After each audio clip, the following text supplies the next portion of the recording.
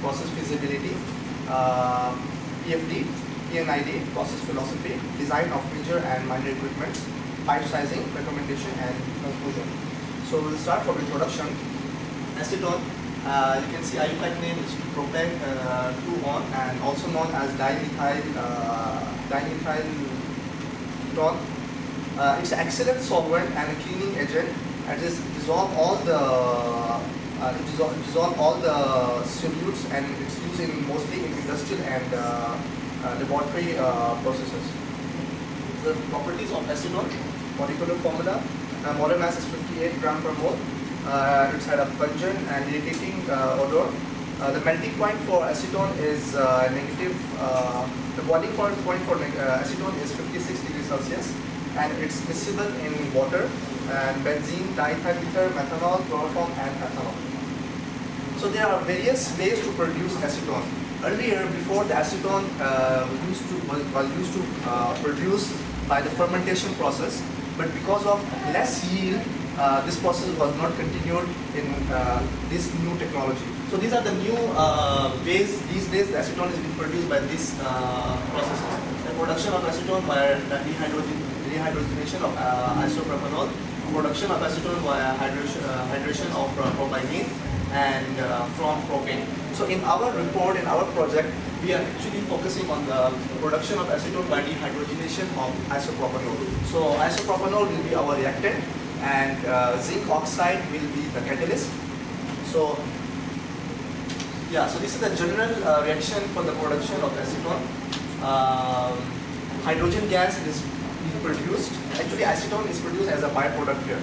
So the preferable temperature for this reaction to occur is within the range of 300 to 400 degrees Celsius. On the other hand, the preferable pressure is within the range of 3 to 5 bar. I will pass it to my friend for process feasibility study. Process feasibility study, we have analyzed based on feed sustainability, the reactor, and then the product recovery.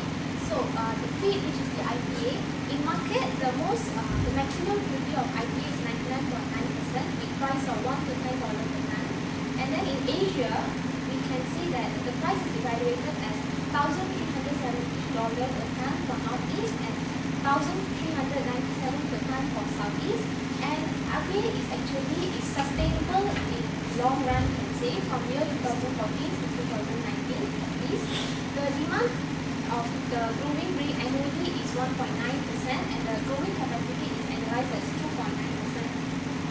In terms of reactor, okay, the typical temperature range for dehydrogenation of IPA to acetone is 325 to 350 degrees Celsius, and the pressure is like from 1.5 bar to 3 bar. So in our process, our temperature level falls under this range. Any increase in temperature can actually increase the conversion, and any decrease in pressure can actually decrease the conversion. And then this process also have some side reactions. However, manufacturers usually neglect these side reactions because they happen in small extent. For example, like dehydration of isopropanol into isopropene. And in industry, the reactor volume for tubular reactor for this reaction used is 3 meter cube, and the space velocity is 2 to 10 gas hour space velocity, which is per hour actually. And the lifetime is 6 months lifetime. I'll pass to Hussein about product. So I will discuss for the process feasibility in terms of product. As she mentioned, for the reactant. So for the acetone in market, the utmost purity of acetone is 99.9% with price of $1 to $5 per ton. And in Asia, acetone prices were evaluated as 2,570 per ton for Northeast and 1,000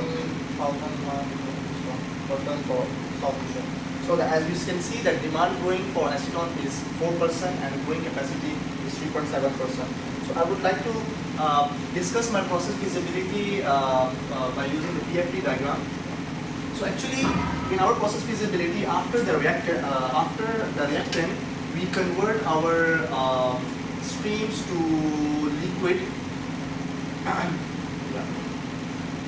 Yeah, it's been cooled to liquid. So actually, we are separating the high volatile components from the streams.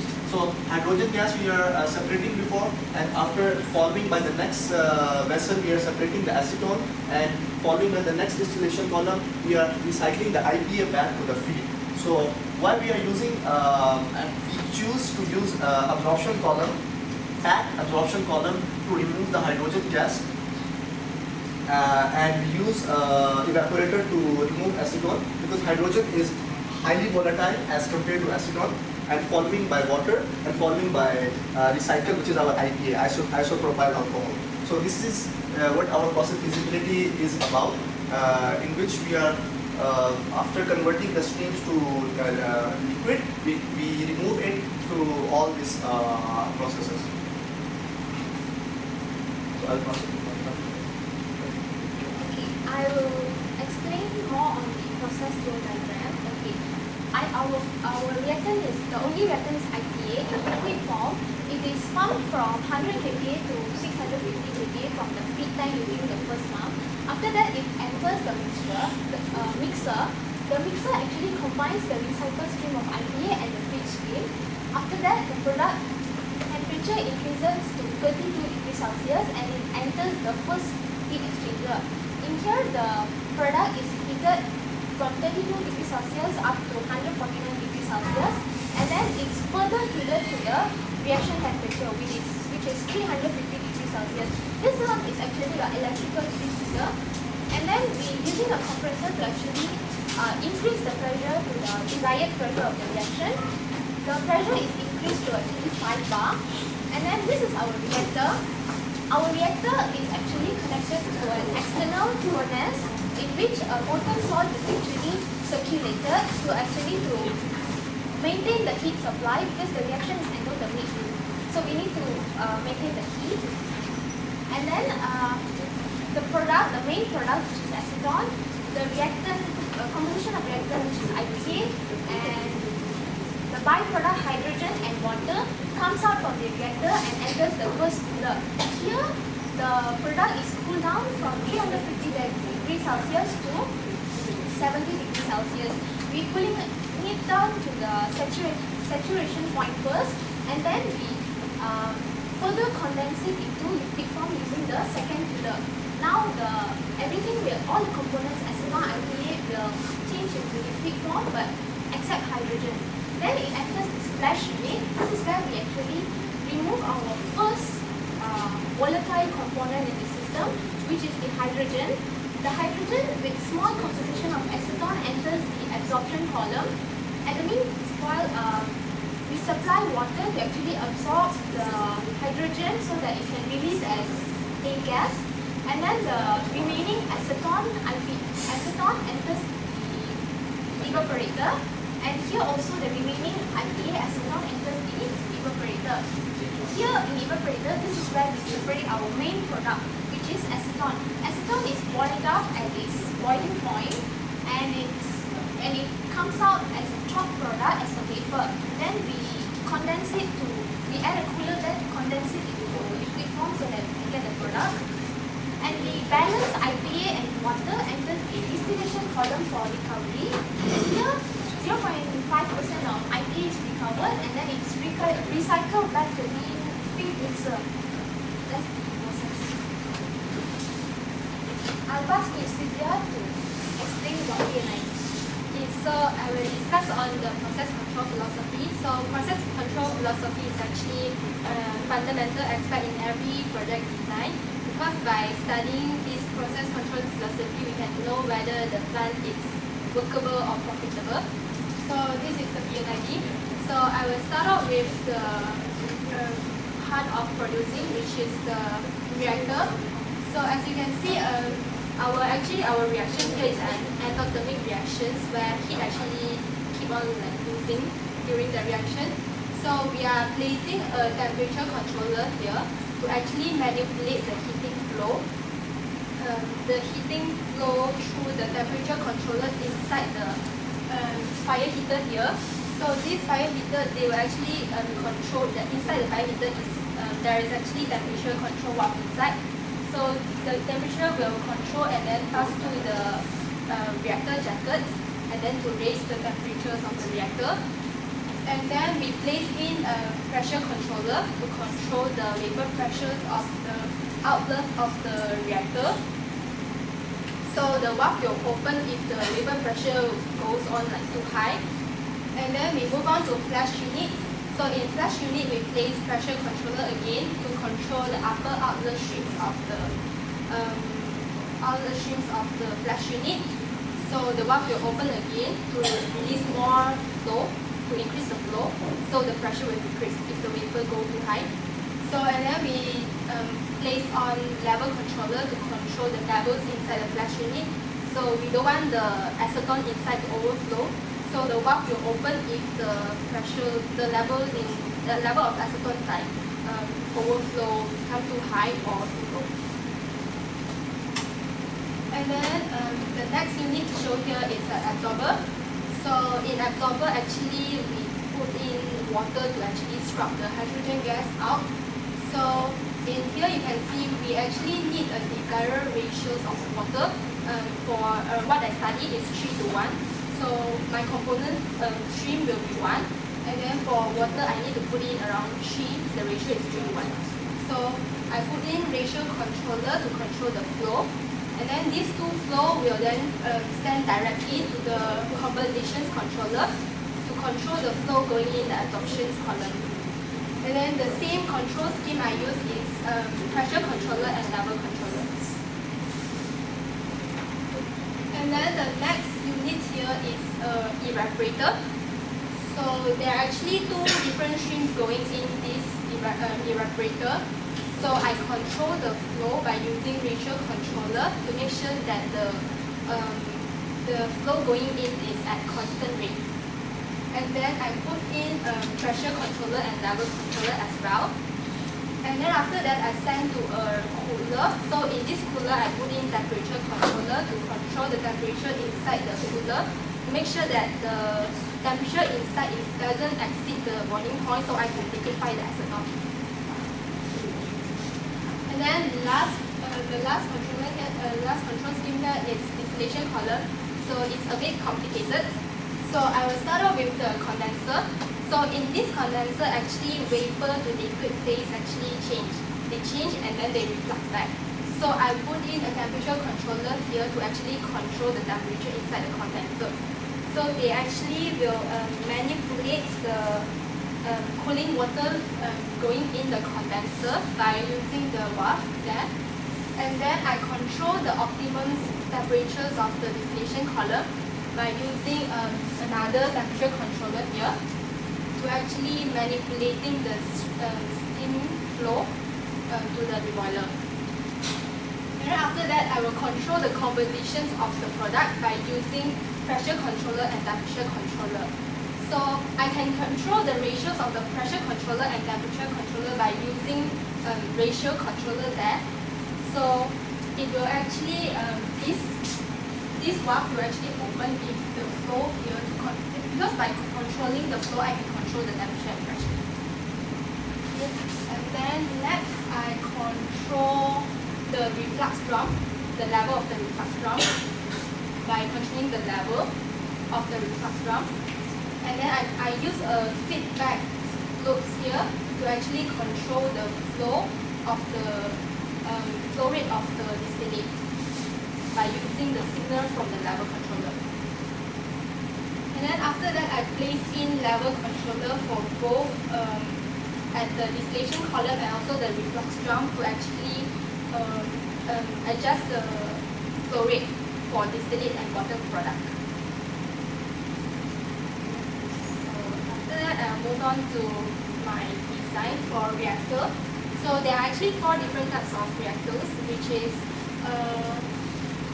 CFCR, flash reactor, PFR, and PBR. So in our project here, I'm choosing PBR because our reaction happens in gas phase. And then in PFR reactors, reactants are continually consumed as the flow down the length of the reactor and the concentration varies initially.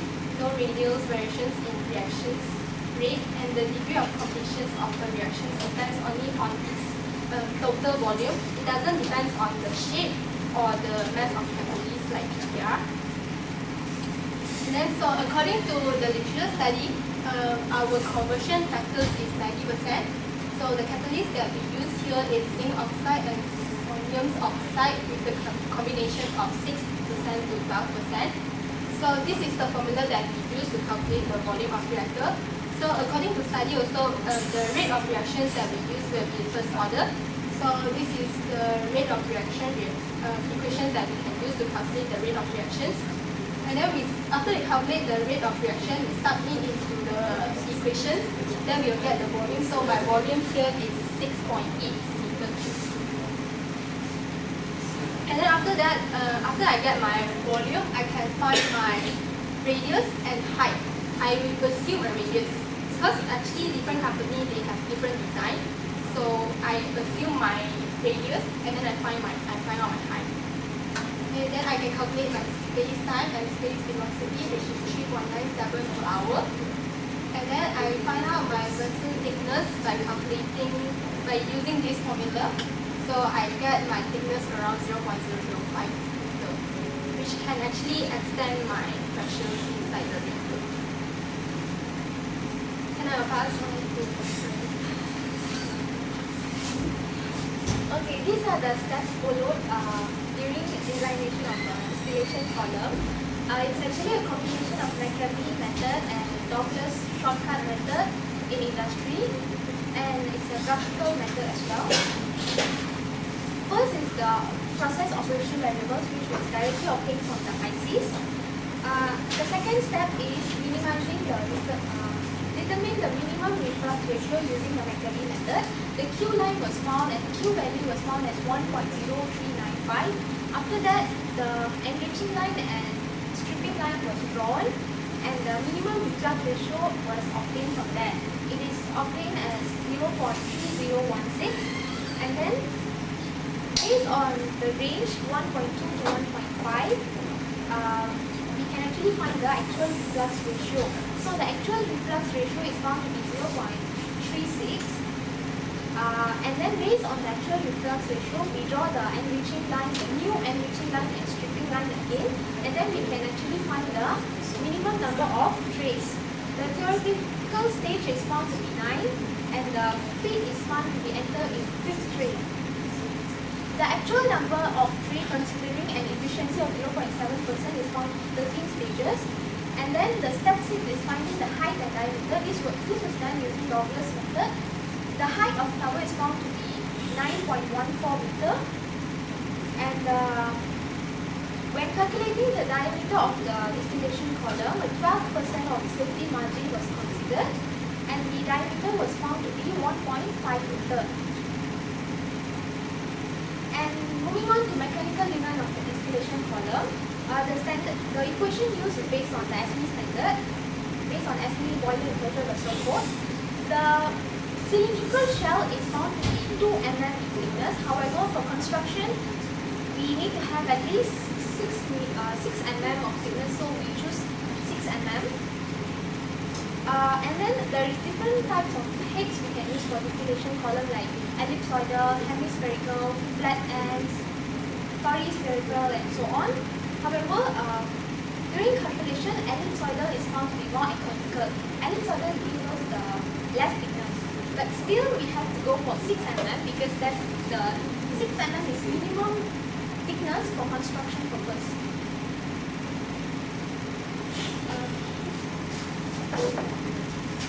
I'll discuss about the design for the absorption column. This absorption column is used to absorb acetone from the gas. So in this stream, the acetone and hydrogen is going and the water is being introduced from top, and acetone is being extracted out and hydrogen is taken off. So when we design this absorption column, we calculate the height of the column as well and also the diameter of the column. So for the design, the fill coefficient for the given flows in the tower are being assumed by using King Copley's book. So KYA is 3.78 into 10 to the power of -2 and KXA is 6.16. So fluiding pressure is really important in designing the absorption column. So fluiding pressure is what? At what pressure the fluiding, the gas the gas stream going from down and the water stream coming from up, at what point the fluiding pressure can occur. So how we find the fluiding pressure? So in this one we have this term FP, which is the packing factor. As I mentioned before, we are using packed bed absorption column. So we need to calculate the packing factor for that. So this is the table. So we are using ball rings metal material as a packing material because it's really economic and cheap, and it's easy to clean, and it's as it is a metal, so it will not stick. It's non-sticky. It will not stick with the organic organic material. So by using ball rings metal, we're using the FP factor as 48 for 1 inch nominal packing size. So we find out our fluiding pressure as 1.728. Density of gas is being assumed 0.07309. Density of liquid is 62.25. Parametric viscosity, flow parameter is 0.0744. So this is the y-axis is the capacity parameter, and x-axis is the flow parameter. So we can find our capacity parameter as we calculated the flow parameter as 0.0744. So 0.0744, and using the fluiding pressure, we can calculate the capacity parameter. So we find out by substituting all the values on the y-axis values, we find out our velocity of gas as 6.07436 feet per second. So after finding the velocity of gas, we can know that at what velocity, at what feed rate the gas flow rate will get fluiding.